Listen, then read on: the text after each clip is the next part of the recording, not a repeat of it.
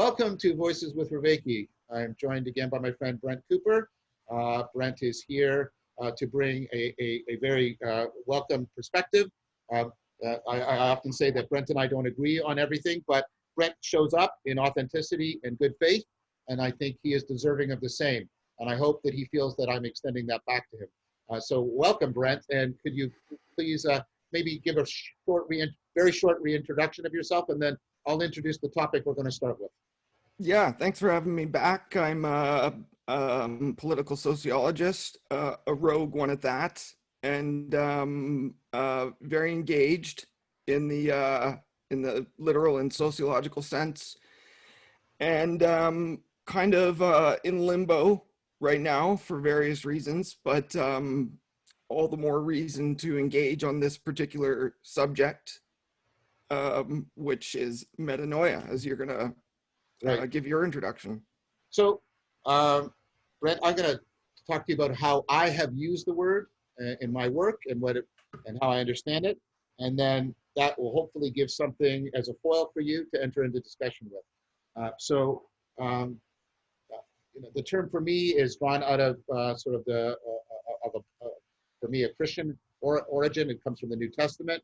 The metanoia, it's often translated as conversion. It's a very poor translation, especially in 2020, in which the notion of conversion has gone through sort of American Protestantism and meant this particular kind of emotional experience. But if you go back to the original meaning of the word, and especially to its Neoplatonic heritage, meta, of course, means beyond, to get to something, to sort of the structuring principles of something, like metaphysics. You're not talking about physics, you're talking about the structuring principles of physics. And then noia is, of course, from the Greek noesis. And you're probably aware of this. I've made arguments that noesis corresponds to what I call perspectival knowing. And so what's being talked about is a kind of transformation in which the principles that structure your perspectival knowing, what you find salient and relevant, have been deeply and permanently, at least long-standingly, transformed. And that's why the metaphor of turning, because what happens when I turn is I have this perspective in which these things are relevant and salient, and then I turn this way, and now I'm in another perspective when things are relevant and salient. And then the idea is, that's a metaphor. Something analogous can happen to people when they're undergoing a transformation. And these kinds of transformation have historically been called, have something to do with wisdom on one hand, or have something to do with, and this term is very contested and very vague, but spirituality on another. And so we sort of ended last time, and we were sort of bridging the topic of the spirituality of what you've been talking about. And then you proposed metanoia as a bridging point between, if you'll allow me this term, the sociological analysis and the spiritual practice. And so that's how I'm seeing it, and that's how now I'd like to hear what you want to say about that. Yeah, that's a great setup. I just want to issue a quick correction. If I'm right, I think the more true definition of the term is conversion, whereas it's been translated in the Bible as repentance. Yeah, at times. Yeah, and so the research that I've aggregated basically says that the Bible translates it as repentance, which it's not completely wrong. And so repentance and guilt and all that is very useful in this concept, but it describes metanoia more broadly as conversion, the ways you did describe it. And so that's an important framing in the first place, like that that comes through the Christian tradition, sort of manifest in repentance, but the deeper meaning is conversion. And that's what the scholarship suggests, is that there's a deeper meaning. Yes. And I've not found any sources for metanoia exactly outside of Greek and outside of the Bible. It all points back to that. But I wouldn't say that it's necessarily exclusive to that either. We're trying to always, when we historicize too, and when we try to reinvent a contemporary metaphysics, we're trying to disambiguate and abstract the meaning from these historical meanings but then also contextualize it in our current moment, our Yeah. current unfolding of history. And so, the nesting in Christianity is important, but I don't want anyone to think that it's exclusive to that, especially because Christianity has been so hegemonic, and the Christian religion, it emerged, but it also was institutionalized by different powers that be over time, much of it after the fact, like much of this historical writing of the time of Jesus and of ancient Greece, even of Alexander the Great. Much of the writing that has survived was hundreds of years after the fact. There's not real tangible history, but it's taken as such typically until it's deconstructed. And so I've gravitated towards this term for a long time, especially about 8 years ago, 2012. My research in meta-modernism was just really around this meta prefix and whatever fell into that bucket, right? And so metaphysics and metanoia especially was something that I thought was under explored and analyzed. And within meta-modernism, you mean? It was being underexplored within just in general. I mean, even at that time, meta-modernism hardly existed as a discourse. Right. But so I went through my own kind of spiritual conversions, and in the paper that I've been writing, I cite, on one hand, there's some authors that say metanoia is very rare. It only happens once, twice, maybe 3 times in your life, and certainly in a grand sense, it would be that rare. But then there's another example I give of a TED speaker who says, oh, you have, tens of thousands, 100,000 metanoias in your life, because they're focusing on the other end of the spectrum, just little novel changes. And so, we gotta play with that spectrum, but I'm leaning towards the more substantive changes, but I'm prefacing that because I've also had lots of little changes in my life. Right. So when I say conversion, it's not that I converted to Christianity or from Christianity, right. For example, I grew up secular and, interested in, secular humanism as a kind of contemporary scientific civil religion, if you're part of that tradition, at least. And so, you talk about the religion without a religion and all that, but like all of this is preceded by pluralism and a kind of study of world religions. And so there's a revived interest in religion and mythology, but it's all, and as far as I'm concerned, it's all a dead end unless you're trying to weave those threads together into trying to braid them into a meta-narrative. And so the world religions are all part of a common tradition of humans discovering and creating religion. And so I have my own sort of metanoias within the Christian tradition, but then also beyond that, and social, political, economic, personal metanoias. And the research I did has taken me across all these fields, such that the term has been, by people like Peter Senge, has been introduced into business, right? And so, but there's still a lot of work to be done to weave those threads back together, because they're all inconclusive, essentially. So there's a couple things I want to pick up on. So there was 3 things you said. The first was, that I think there's a Vervaeke point. I think that metanoia sits within a family, family resemblance idea of related things. So whereas you may not have, you may not have a term sort of like it etymologically or syntactically. I think Buddhist notions of enlightenment. I think enlightenment is also that kind of deeply transformation of one's perspectival noticing and what one finds deeply salient and relevant. And so I think I think if we broaden the scope to think of that, the family resemblance class, awakening is another one. Awakening is very much like you're in this and then you go to that, right? And so I agree with you. I think if we open up and look at, rather than trying to find a strict definition, if we collect this family resemblance together, then I think we can start to do what you're talking about. I think we can both abduce what is perhaps general or universal, but also specify what is historically and culturally specific. And I think we can do both of those.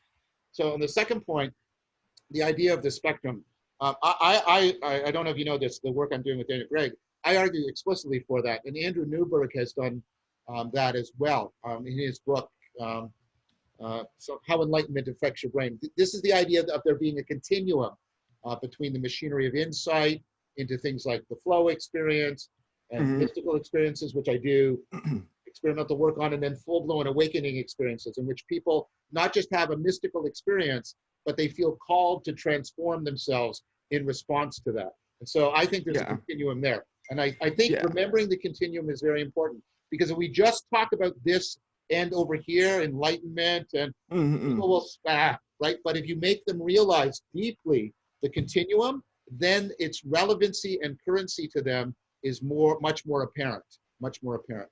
And then the third thing is more of maybe a question. So you've sort of brought out two aspects of something, and very often people put them in a relationship of debate. I'm aware of this within cognitive science and philosophy. And if you'll allow me two terms, you mentioned one already, pluralism, but the one that is often opposed to it is perennialism. The idea that they're all saying that ultimately the same thing. Now, I think you do too. I reject perennialism. I think there's something right about pluralism, but there's also the idea that that doesn't mean there aren't universal things, because I think one of the things that distinguishes pluralism from mere relativism, which gets incommensurability and all kinds of self-destructive patterns in, is that pluralism says that while there is considerable variation, like we've just discussed, there are nevertheless universal processes in terms of which we can understand and compare and bring these things into dialogue. Where do you stand on that perennialism thing? Yeah, I appreciate that. That's a good question. I don't think I would reject perennialism. I think it can be compatible with, let's say, pluralism, right? We can juxtapose them without canceling each other out. It's a good word. I should have invoked it before, because it is this. There's many ideas within perennialism, but just the it's a deep subject. But just the idea itself, I like the kind of universal religion, because religions are so historically and materially, predicated and constituted. And we often forget that, like, all that survives is the myths, right? And we forget about the geography and all these essential things. And of course, as I alluded to in the beginning, like, we can't forget how much of history has been lost or destroyed, like, just ballpark 99% of documents of the ancient world, right, is gone. But before going further, I wanted to give a plug to this book from, I think from 2018, by Bloomsbury. It's called Metanoia, A Speculative Ontology of Language, Thinking, and the Brain. And it's referenced briefly in my draft that I sent you, but it's probably, I don't actually draw on it a lot, but it's probably the best book on the subject, and the most, coincidentally, the closest to your research interests. Oh, that's right? Cool. And so there's a ton of good stuff in there. So if we do converse on that more, we could use a book like this as a jumping off point. But because I came across, because I came across so many sources in my research, and many that this book didn't reference, I thought I wanted to go broader, right? Because this book is fantastic starting point, but it says nothing about what I'm talking about in terms of a paradigm shift, right? How do we achieve mass, class consciousness and tipping points and all these sorts of fantastical ideas of meta-modernism, right? But they definitely dovetail. There's sort of alignment with speculative realism and object-oriented ontology and all that. So there's so much in here. Just in they talk about poesis and aletheia and and at some point there's some quotes there about like the metanoia is kind of a fundamental concept to philosophers, right? Because I think that, I thank you for recommending that. I'm surprised I have not come across that. That's odd. yeah, yeah, I will definitely order that book once we're done talking. Okay, yeah. so I want to give you space, and like you'll probably say things that I might not initially agree with, but before I do that, before we move to like, because like, you've made a criticism of me, and I've tried to take it to heart, and you said, you know, because I talk a lot about, and you don't dismiss this, you recognize it. I talk a lot about bridging between science and spirituality, but you say, you know, I think appropriately, yeah, but what about science and the political? I have some criticisms of that, but I think you have a more Aristotelian sense of politics than the current meaning of that term. Maybe that's part of we could work out the semantics. But the discussions with Layman and Zach have sort of opened me up to at least what Zach and Layman have been calling the meta-political. And so maybe you and I can initially, I mean, at least maybe the two metas are some common ground, the metanoia and the meta-political. But I will give you space for what you want to say. But before I do that, I wanted to ask you about the perennialism, because like there's sort of a thing going on in perennialism. There's two versions of it. There's like sort of a Ken Wilber version, right? And then there's a Jorge Ferrer version. And Ferrer's version is that the perennialism is not one that everybody says has the same thing, but that instead it's much more what I would even call sort of procedural perennialism. The idea is that there is a kind of knowing, what I call participatory knowing, that all of the religions are crafting procedures to try and get us to remember the perspectival and the participatory. And that kind of perennialism, I think, is viable in concert with something like pluralism. Whereas I find the perennialism of Huxley, for example, I find that very hard because his seems, well, to use one of your terms, it seems very hegemonic. It seems like that all of these are basically, you know, this particular sort of Christianized view of Hinduism that he had. And so I'm sort of wary of that. So would you say that you're more on that side of perennialism, the Ferrer side, than the Huxley side? Just so I understand where you're coming from. Did you swap out Wilbur for Huxley? Well, I see Wilbur as a modern version of Huxley. Okay. Yeah, I mean, you're talking about Aldous Huxley. Yeah, yes, very much. I mean, I love Aldous Huxley. That's a good place to start. But however, I think I'd lean more the other way, as you're saying, and what you're describing, you know, evokes in me the sociology of religion. So within that subject, right, that merging of fields, they understand all of that stuff from a functional point of view. Like, what is religion actually doing as a form of social organization? And so I guess on the other hand, you're saying that the Wilbur Huxley version is kind of a bit more abstracting it into a Western context and a bit wishy-washy, New Age, or prone for misinterpretation. I don't think, I mean, so for me, I can't find it as easily alignable with sort of the best cognitive science that I know. The way cognition, the way culture and cognition, what I call cultural cognitive grammar works.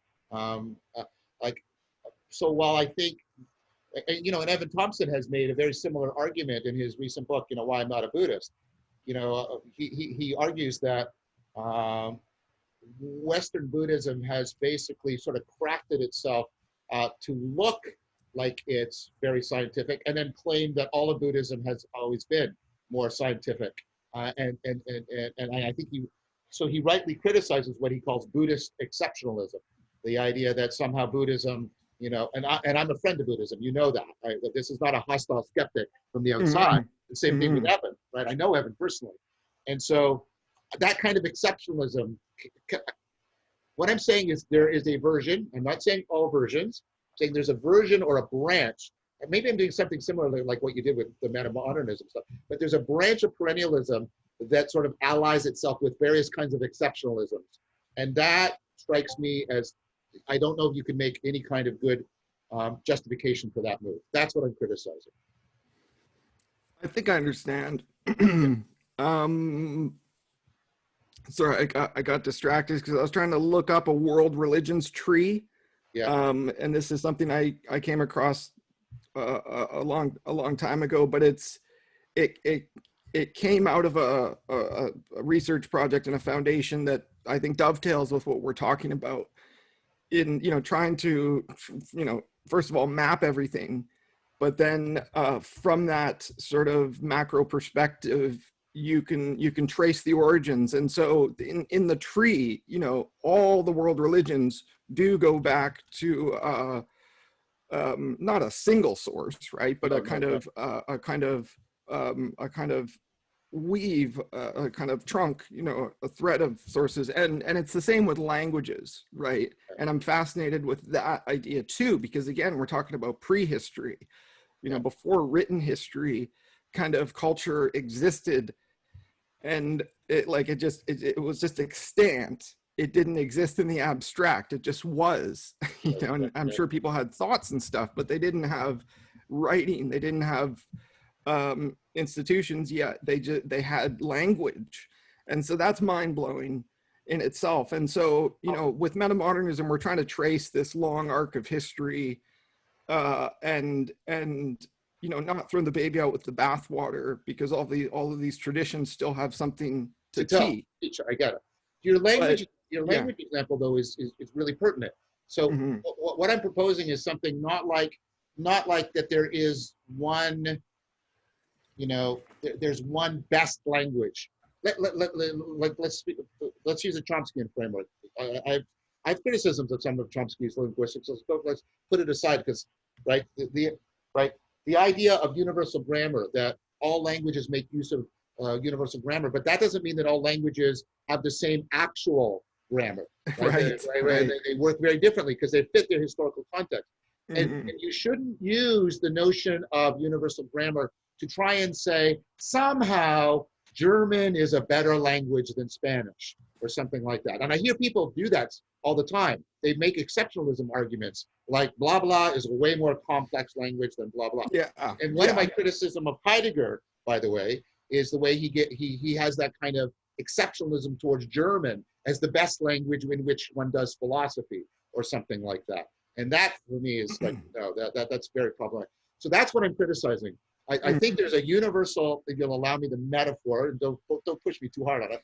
I think there's a universal grammar for religion, but I think there are many different religious languages. And the universal grammar does not give the basis for privileging any one of these languages over the other. That's what I'm saying.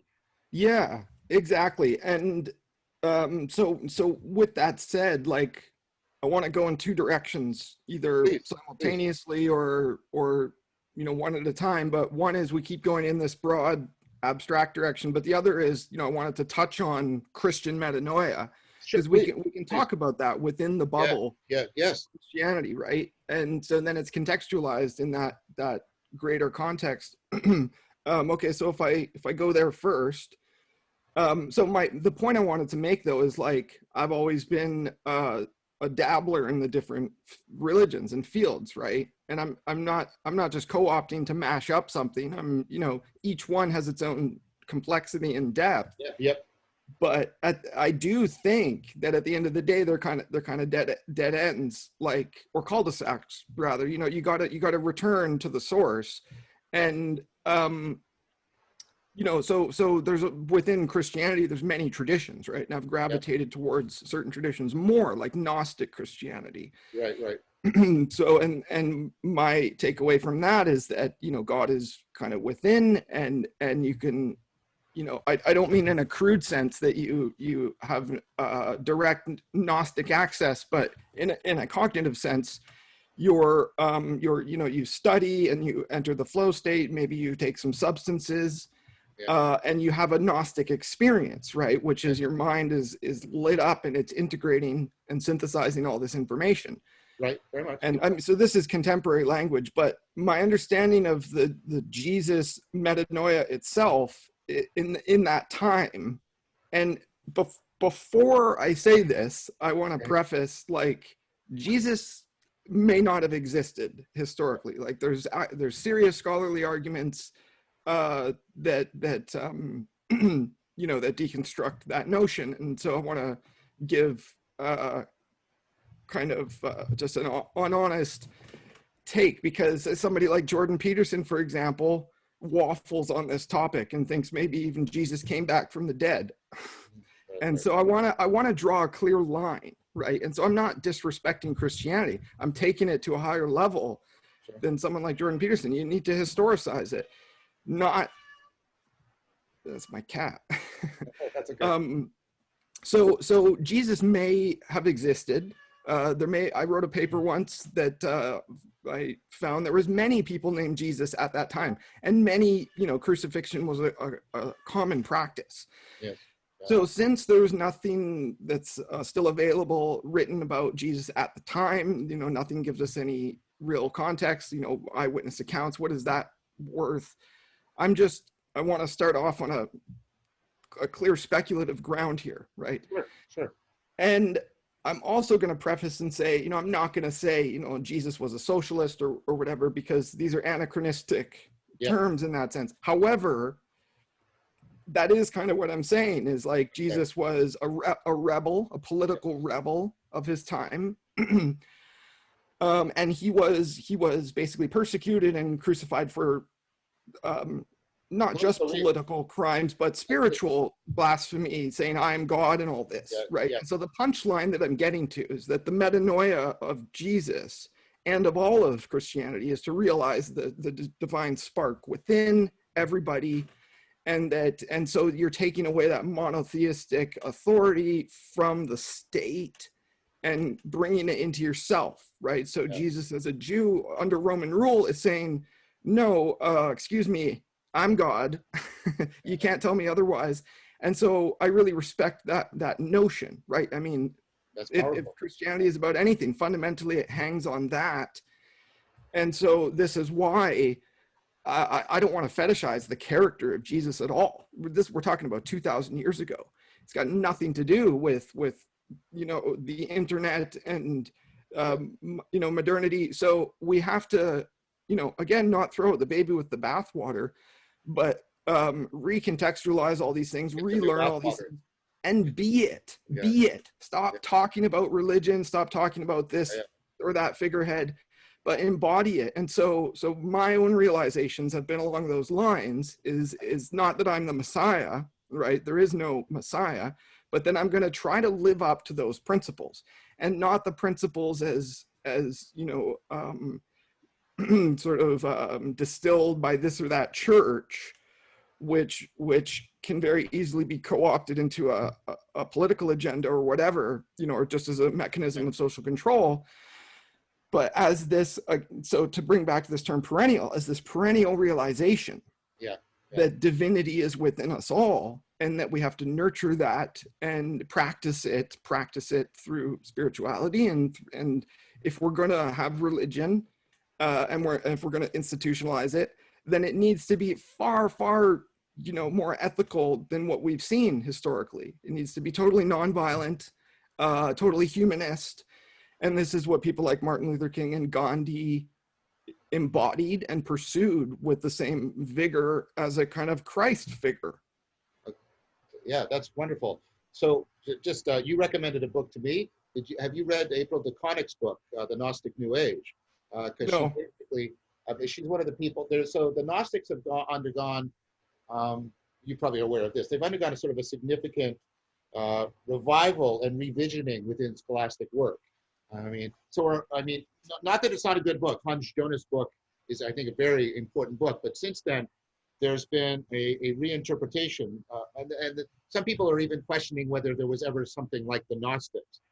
People argue that Gnosticism was, and I think there's good evidence mounting to it. Gnosticism is much more a style of any religion you're practicing. The comparison that's often made is like Gnosticism is a term like, it's not the same term. I'm talking about what kind of term it is. It's the same kind of term as fundamentalism. You can be a fundamentalist Christian, fundamentalist Muslim, etc. And Gnosticism is much more like that.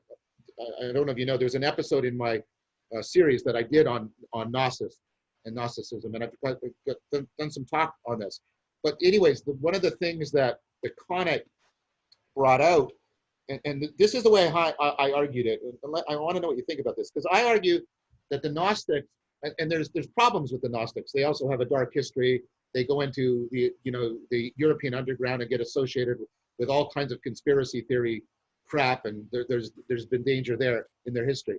But going back to what you said, the perennial quest, I argued that there's a sense in which the Gnostics are trying to complete the axial revolution, because what DeConnick argues is that the axial revolution had already done a significant change, but what she says is, that the transgressive nature of Gnosticism was that it was calling into question something that had been held over from the pre-axial period into the axial period, which was that the basic relationship between human beings and the God was one modeled on enslavement and servitude, and that the Gnostics were trying to finish the axial revolution by removing that, and therefore seeing all the existing gods as representing that holdover, and so and this comes out in places where people might not expect. So here's, he's of course considered radical in some sense, but he's nevertheless considered a mainline and important theologian.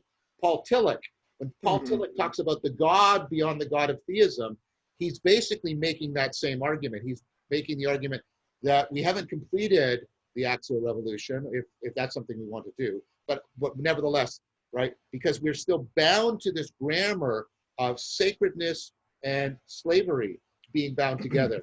And of course, I think that does have all kinds of metapolitical consequences in it. And so, and you're right, Jesus is crucified, and crucifixion is the punishment for political threats to the Roman establishment. Let's not forget that. I agree with you. He's also crucified for religious reasons, having to do, again, here's a Gnostic thing. He seems to be overthrowing purity codes, and this was also part of the Gnostic thing, that the purity codes that we live by are often ways in which we are bound into things. You get this in Jesus saying things like, the Sabbath was made for mankind, not mankind for the Sabbath. He's trying to invert the relationship in a very fundamental way. And so I think, this is long. I'm sort of getting you, though. I'm sort of getting why that, and this is honest, I'm just, it's respectful. I'm getting why you would be attracted to sort of the Gnostic thread within Christianity. Yeah. And there's a lot I want to pick up off there and keep going. So yeah, I agree with you. I'm not going to refute anything about the history of Gnosticism. Like, there's many rabbit holes there, and what I'm attracted to is the knowledge part, right? The knowing. And so as a sociology person, this is where it gets tangible and interesting, is like, religion, and not just religion, but social organization in general, but religion in particular tries to control knowledge and power, right? That relationship. Yes. It's always been that way. And so to this day, we have an epistemic crisis. We can't disentangle knowledge and power. And so, it undermines scholarship itself, because so much of scholarship and scholasticism was created under these conditions of power. Yes. And so history is the unfolding of that. And I do believe, in some abstract sense, of a kind of let's say completing the axial age, but also fulfilling Hegel and Marx's vision. Like, so there's an eschatology here, and not necessarily like a nihilistic one, right? Like, this is it's relative. We can strive for relative utopia, but so I reject the kind of biblical eschatology, but it's fascinating because there was a great flood in ancient history, right, before writing again, and this was passed down through oral tradition and all that. I think there's good scholarship around that. I agree. Yeah, but we couldn't confirm it until later science, right? And then and it's not like we're finding Noah's Ark or whatever, whatever. But there was a great flood, and sea levels rose like 400 feet, or whatever it was. And you know, and so it was for, you know, humanity or whatever collective consciousness existed in its primitive forms. There was culture and there was a kind of social imaginary, and that was destroyed. And of course, in a smaller scale, there's been many end times, right? This is a ubiquitous, recurrent concept. But what is different today, right? And again, putting aside like Mayan calendar prophecies and stuff like that, putting, you know, we are in the kind of end times. And so I like this theme because it's ubiquitous in culture and and with climate change, with the end of capitalism, these things are kind of kicking the door down, and you know, these things are like confronting us, and we have to confront it. So my broader point though is that everything you said and what I'm trying to say dovetails into this political conversation. It's inescapable because it defines the terms of knowledge and power and how they relate. So you know, the 20th century saw a lot of brutality, but it also saw the expansion of these progressive humanist institutions, but they're still not universal. We're still debating things like systemic racism, like the extent of it, and there's people who deny it. And you know, white supremacy is a latent, invisible thing that acts through people, sometimes unconsciously, through institutions. And so this kind of stuff, this kind of lower level stuff, actually prevents us from solving the greater problem, right? And we have to solve all the problems in an integrated fashion. Is that what you're saying? Yeah. Yeah, coming back to this idea of gnosis, like I think for myself and probably a lot of people who study and practice these things, you eventually have to take responsibility for it yourself and figure it out yourself, right? So so I guess for me it's been a quest of extracting knowledge from a given context, like trying to learn things firsthand, as impossible as that is. You know, like when it comes to politics, you need to decode a lot of nonsense, and so and you have to be kind of spiritually grounded at the same time, so you can I guess differentiate different qualities of information. Can I pick up on that in one concrete example from my own work? Because when you were invoking the eschaton and the apocalypse, I mean, so Chris and Philip and I wrote in the book, you know, about the zombie apocalypse. And the problem about the zombie apocalypse is, right, is it's a perversion of apocalypse, right? The apocalypse originally meant revelation. It meant something like a worldwide insight, a metanoia at a civilization level, so that the world and the agent-arena relationship, to use my language or our language, I mean my co-authors, is radically transformed, and a viable long-term future is now made possible in a way it wasn't before.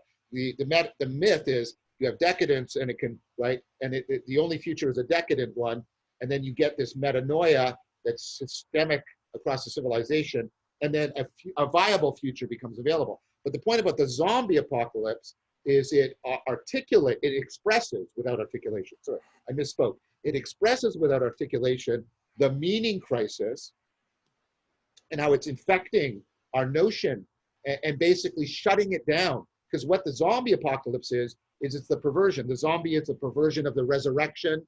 The zombie apocalypse is not a viable future. It's a future that is continually decaying. Everything is being, and so what I'm saying to you is, like, you mentioned that decoding. And maybe this won't be how you would use this word, but I would use this word here. And when I'm learning from Zach and Layman, I think there's a meta-political project of decoding that perversion of the myth and showing people that, you know, that there's a kind of, it's very attractive.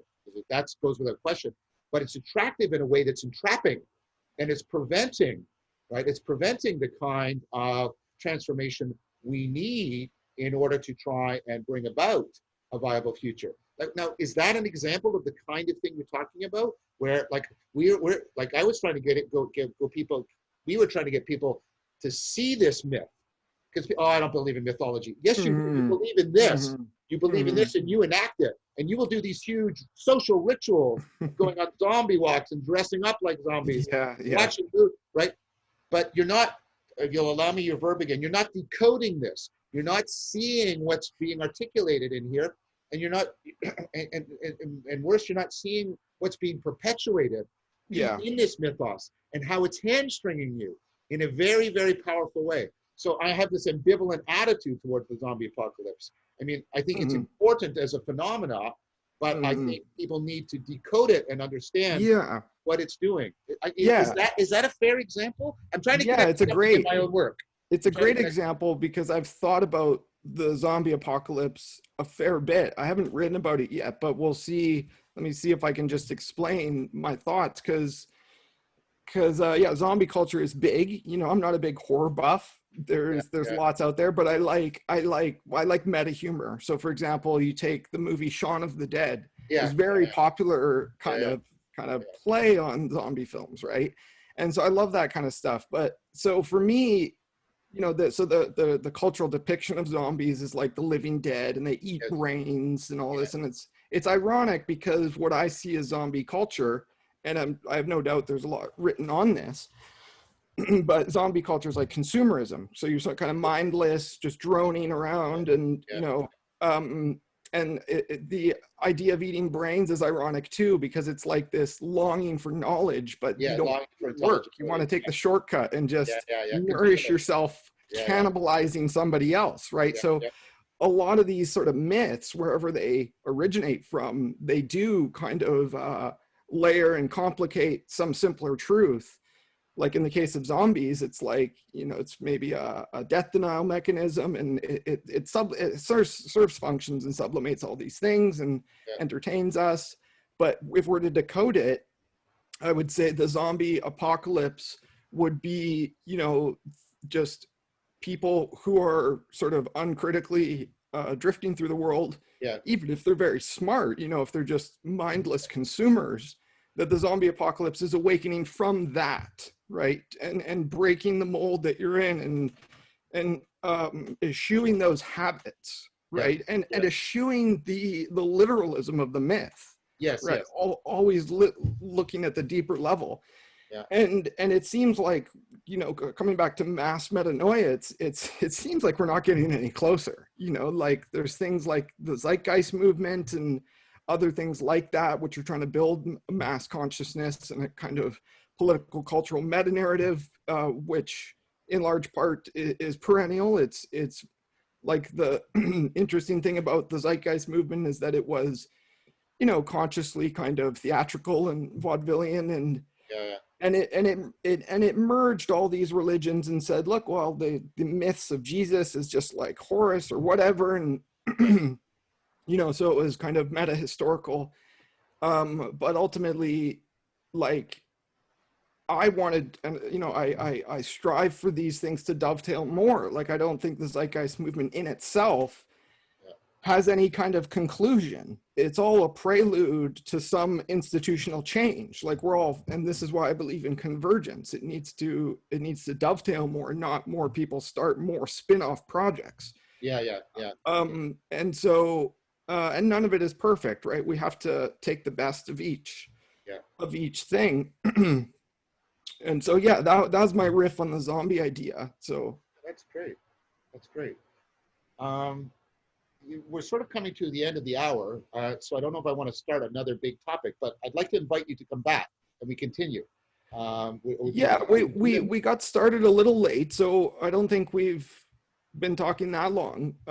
It's up to you, of course, in your availability, but we can keep going. I'm not saying we stop right now, but I have about 5 more minutes. Okay. And you know, starting late was my fault, and I apologize for that. No problem. But like, I think there's momentum what we're talking about, and so like I'm extending the invitation. So I'm not trying to close us off. I want this to keep going. I want this to keep going. I just like with there. It feels like also there's a bit of a we've come like this topic has been come to sort of like a point of coherence for me in my mind, and understanding where you're coming from a lot more clearly now than I did in our previous discussion. So I'm just also worried about sort of the logical thing of if we start something and it's about 5 minutes and it's just sort of a dangler. Because like I said, sure. I'm inviting you to come back and we can talk more. But what I would like to do then is give you the last 5 minutes to whatever last word you want to say about this, so that you don't feel like I've just foreclosed on what's happened between us. I thought today was really good. I mean, I really like what happened here. I thought there was some really good unpacking here. I felt that in terms of the manner, I thought this was much better than our previous recording. I think it was much more flowy and dialogical, and so I thought, and it felt much more organic to me. Yeah, great, thanks. I don't know if you experienced it that way, but that's how I experienced it. Yeah, it felt good, and don't know what my closing thoughts would be. What else have we not touched on? There's lots more to go on metanoia, of course. There is. Yeah, there's, I mean, just so we didn't really define all aspects of it at the outset. So I'll return to that, because one of the key sort of basic parts of the definition is that it's a transformation not just of the self, but of the world as well. Totally. And of your future and your past perception. And so, it's so potentially so hard to define in a way that everyone's going to relate to. In my draft, I kind of touch on a lot of examples. Like it could be, you realize a conflict of interest, or you realize you did something wrong, or you atone for your past sins. And I try to draw on some concrete examples, like Christian Picciolini, for example, he was an neo-Nazi, and like American History X, right? Like this is a guy who went in head first, and no pun intended, and he came out on the other side, an anti-white supremacist speaker, right? So it's an anti-dromio, like it's a complete inversion of who he was in the best possible sense, right? Because you go from being a Nazi to an anti-Nazi, right. And and so we're all nested in systems of control in one way or another, right? And we're all, through scarcity, whether it's real scarcity or artificial scarcity, we're compelled to do things that aren't good, fundamentally. And I don't just mean like killing or stealing. Like part of my moral system, where I think some people aren't there yet, quite frankly, and it's not an elitist thing. It's just that I think more sociologically, more systemically. And so I think of ethics and agency as nested in these systems. And so the only way to be moral is to completely extricate yourself. And in a sense, that's impossible. But at least intellectually, you need to. And so, like, I'm an anti-war kind of advocate, right? And so you can't take a more extreme position and a more alienating and ostracizing position, because people just want to argue with you or suppress you. Sorry? They want to argue with you about war. Yeah. They want to, equivocate and get lost in the details. Like it just baffles me. And, it's not that I'm a pacifist. Like if you go deep down that rabbit hole, there's some pushback there too, because like there's always this argument at the end of the day, like, well, you got to defend yourself, and if you're being invaded, blah blah blah. And so something we touched on in our last conversation, I think, is social paradox. Yeah. And so I always come back to that idea too, because it traps people, right? And if you're going to get into an argument with me or with whoever about war, it's paradoxical, right? So there's always arguments you can scrape together for war, for militarization, for conflict, for police brutality, whatever. And so I try to be radical in the most radical sense of Christianity. That's a truly emancipatory and truly nonviolent, right? And so I'm trying to institutionalize love, which is something, you know, Zach talks about, and but we need, you can't, you know, it's a difficult thing. We can't just practice it as individuals. You need to put your money where your mouth is. You need to advocate for the policies that fulfill the highest ideals of religion and philosophy and whatnot. You mentioned Gandhi and Martin Luther King earlier. Are they examples of what you're talking about right now? This kind of, you know, not just individual, but also collective, and you know, at least culturally revolutionary, right? Kind of nonviolence, but it's not a passive nonviolence, right? It's an active, you know, it's confrontational. It's trying to provoke transformation and change. Is that the kind of thing you're talking about? Because you invoked them earlier as models. Yeah, it is, and it is and it isn't, because they embedded themselves in modern religion, right? I see. Religious traditions to affect these changes. And I would say, in the case of Gandhi, not so much King, but in Gandhi, it's like there's no fault of Gandhi's, but there's debate over the ultimate effect, right? So this is a topic for another day, but like by India achieving independence, that led into different periods of decline within India. And I traveled there. I read some books on India, and so it's not a clear topic. Like they revere him and also criticize him. Yeah. So the meta-modern difference with these things is in part that we have to do it a little different, but also like invest less in the figureheads, and I mean choose the right people to follow. But there's such a responsibility at the individual level. Like we have to have a much more distributed cognition, as you would say. Yes. But one that is at a sort of high level, that we don't equivocate. We don't fall for ruses. We don't, you know, play into these fallacies and traps, because we're all, this is what politics does, because it's a power game. It ends up co-opting people. And that's why highly intelligent people like yourself want to step away from it or want to do meta politics.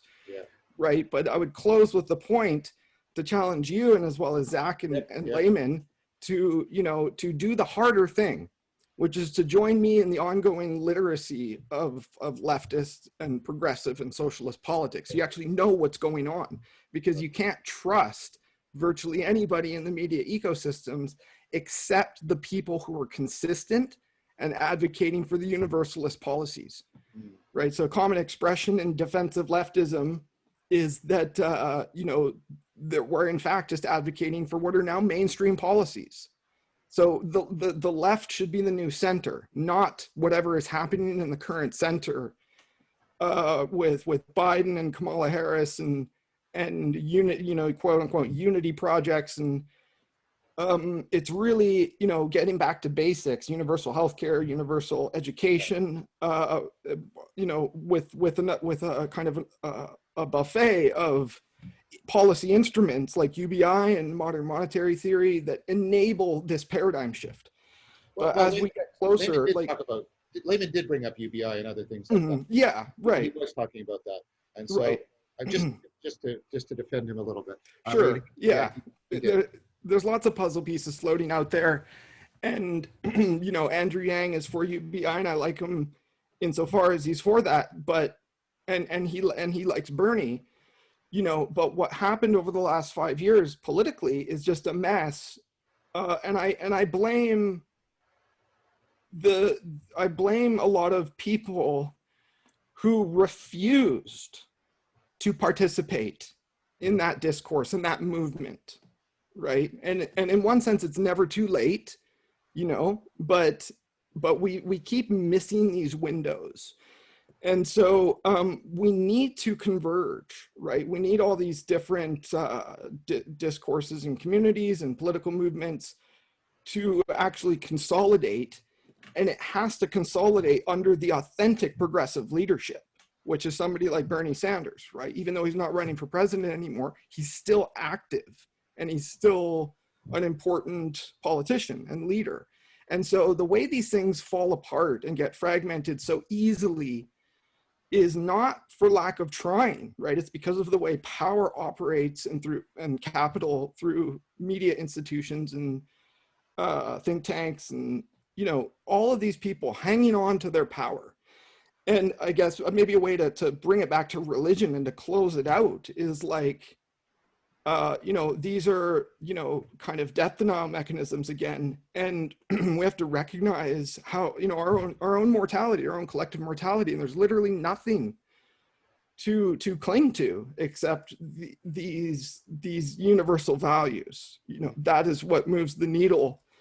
And that is what goodness fundamentally is. If we want to get really deep into the core of religion, you know, we got to throw out the hypocrites and we got to take responsibility without becoming those powerful people that become hypocrites again. Like, yeah, I agree. You know, we need to maintain that spiritual integrity in the face of death. And so, you know, I see lots of people taking, you know, different long, you know, not shortcuts, but like the long way around, because they don't want to do the right thing. And the right thing intellectually and morally is to converge on the best universal kind of policies and to work through the differences. You know, just if we're gonna worship anything and practice anything, it can dovetail with this bigger picture. The more time we waste kind of like competitive, you know, doing competitive commentary or philosophy, the more people die. You know, a thought that keeps coming into my head is like, how many Palestinians have to die until we take the right course of action? Because this is a very transparently kind of black and white issue for me and for the international community and for the left. But the discourse gets mangled and co-opted continually by people like Benjamin Netanyahu, right? They're neo-fascists. And so I said this word literacy, like we need to come back and have an honest, deep literacy about politics, history, economics, the way all these things interconnect, because what is undermining that is the continued potency of the narratives coming from people like Trump, people like Biden, you know, and all across the spectrum, with the exception of the emergent left, right, who's just trying to advocate for healthcare, you know, things that are human rights. So again, this idea of fulfillment of history, whether it's the new axial age or whatever, I think the truth in these notions fundamentally converges rather than endlessly proliferates in different directions. Well, thank you. Thank you for your challenge. I do think I'm trying to do good in the world in the ways you're talking about, but but nevertheless, I do appreciate your passion and your perspective, and I do think there's something deeply right about the project of convergence that you're talking about, and so that does seem to be a good place then to bring things to a close because of the metaphor of convergence. So I do think we should talk again, and I think that would be great. But I think we should end it for today. And I want to thank you for coming in. And like I said, I thought you made your position really deep for me, which I really appreciated. So thank you very much for that. Thank you, John, and thank you, the audience, whoever's out there. Okay.